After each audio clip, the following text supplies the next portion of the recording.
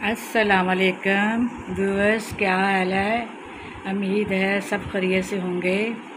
अल्लाह ताला सबको सेहत और तंदुरुस्ती दे, हिफ्ज़ ईमान में रखें। जहाँ कहीं भी जाएं खैर खैरियत से जाएं, खैर खैरियत से आएँ।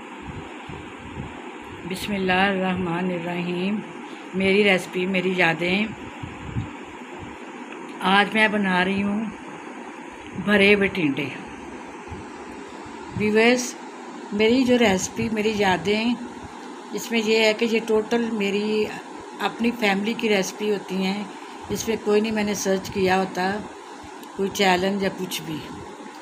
तो इसमें कुछ कमेंट्स आ रहे होते हैं कि आंटी आप हमें पकाता हुआ भी दिखाएं, फुल दिखाएं।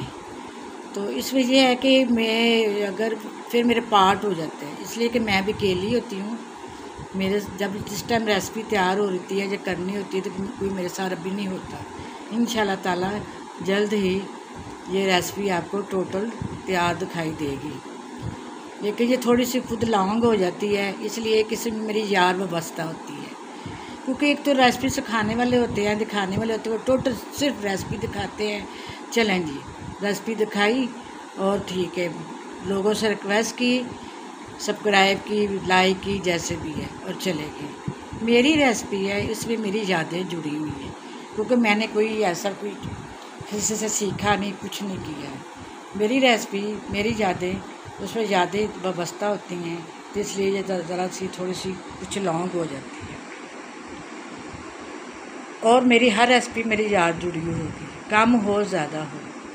ठीक है जी। तो मेरी कुछ रेसिपी से आपको पता चल ही रहा होगा कि मैं बेसिकली लाहौर की रहने वाली हूँ और पक्के हम लाहौरी हैं। लेकिन इतने भी नहीं कि हम कुछ बैक पे हमारा गांव भी है। वो इसलिए कि मेरी वालदा साहबा सिर्फ लाहौर की रहने वाली थी, तो वो उनका दिल गांव में नहीं लगता था। तो हमने फिर कुछ वालदा साहबा ने तो नहीं, हमने कुछ बहन भाइयों में अरसा अपनी दादी जान के पास गुजारा। वो इसलिए कि दादी जान गांव में थी और गांव के में ये था कि वो उन्होंने जो अपने गांव के स्टाइल से हमें पकाना था, खिलाना था। मजबूरियां नहीं थी, बस यही था कि दादी अकेली थी, उनके पास कोई नहीं होता था।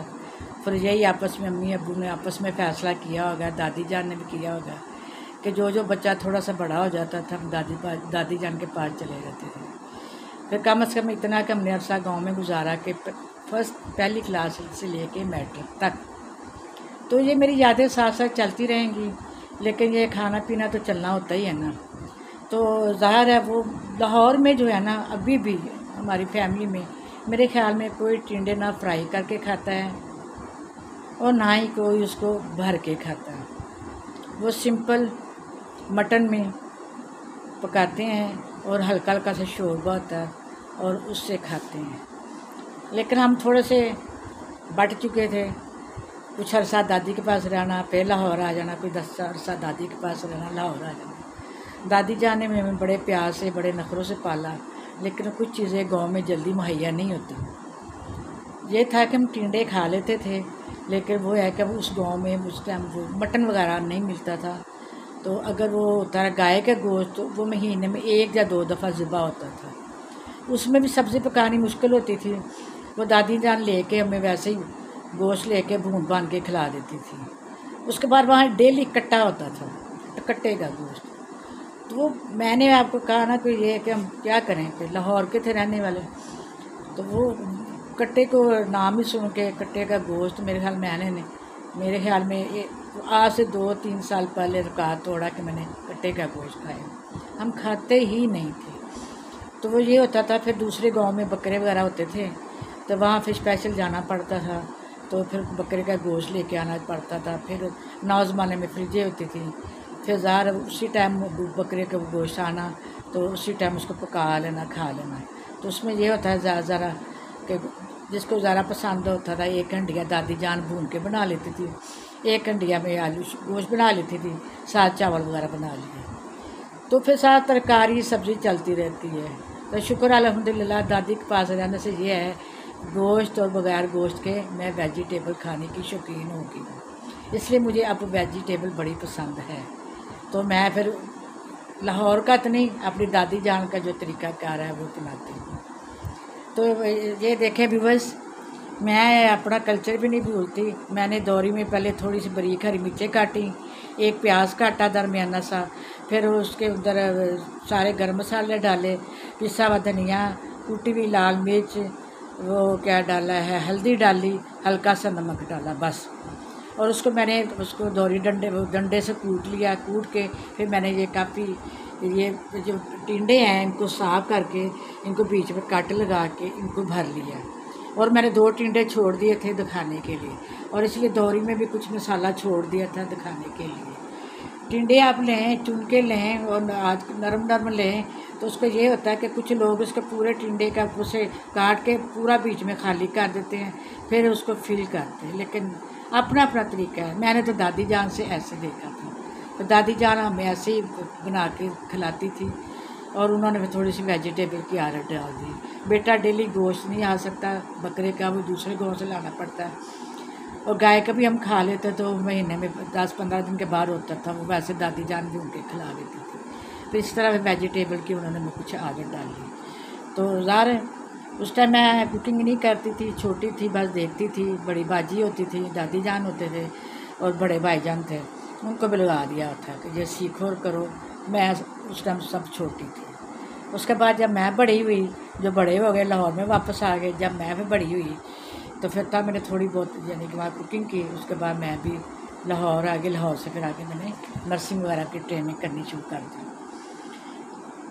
मेरी रेसिपी में मेरी यादें होती हैं, ये यानी कि उसमें ये है कि याद के साथ साथ जो रेसिपी मैंने दादी जान से सीखी, अम्मी जान से सीखी, जिससे भी सीखी वो मैं साथ साथ शेयर कर लेती हूँ। उसको स्पेशल चैनल नहीं है, कुछ नहीं, जिससे मैंने सीखी हूँ, ठीक है।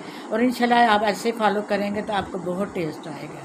दिल करता है सब सब्ज़ियाँ खाने का, लेकिन बाद गोश्त भी उतार जाते हैं। इससे आप बगैर, इसमें चिकन भी डाल लेते हैं, लेकिन आप उसको बगैर चिकन के ऐसे फिल करके पकाएंगे तो इसका ऐसा टेस्ट होगा कि आप खुद ही याद करेंगे, ठीक है। ये देखें, इसमें मैंने वो चीज़ें बता दी हैं, ये मैंने वो भर दिए थे सारे।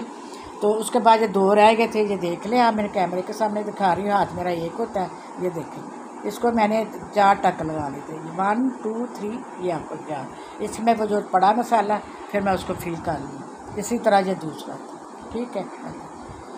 तो इसमें मेरी याद वाबस्ता हो जाती है, वीडियो थोड़ी सी लंबी भी हो जाती है। उस बाद में ये है कि फिर ये पार्ट 1 जो होता है ना मेरा ऐसे ही चल जाता है। पार्ट 2 ये है कि वहाँ पे फिर एक हाथ से दो ही नहीं चलती, सारी चीज़ें डालनी होती हैं, तो वो फिर पार्ट 2 पका के बना के दिखा देती हूँ। लेकिन जो मैं उसमें जो बता चुकी होती हूँ वो सारा आप सुन लिया करेगा उससे, ठीक है। अब मैं इनको टिंडों को मसाला भर के एक देशकी में उनको हल्का सा 1-2 चम्मच ऑयल डाल के, और उस यानी कि उसके ऊपर मैं देशकी में डाल के उसको ढक्कन बंद करके स्लो आंच पे अपनी स्टीम पे पकने दूँगी। ये जब अपनी स्टीम पे पक जाएंगे, आप चलते फिरते देखते रहिएगा, जब खुद ब खुद आपको नरम नरम और कलर चेंज होना नज़र आ जाएगा। जब उसका कलर चेंज होना नज़र आ जाएगा, खुद ही आप बेशक चम्मच से, कांटे से आप देख लेंगे वो गल जाएंगे। फिर आप जो मसाला डेली जिस तरह का भी तैयार करते हैं वो आप मसाला तैयार करें, उसे आप सारी चीज़ें डालें जो जैसे सेम मसाला होता है, ठीक है ना, वो तैयार करें।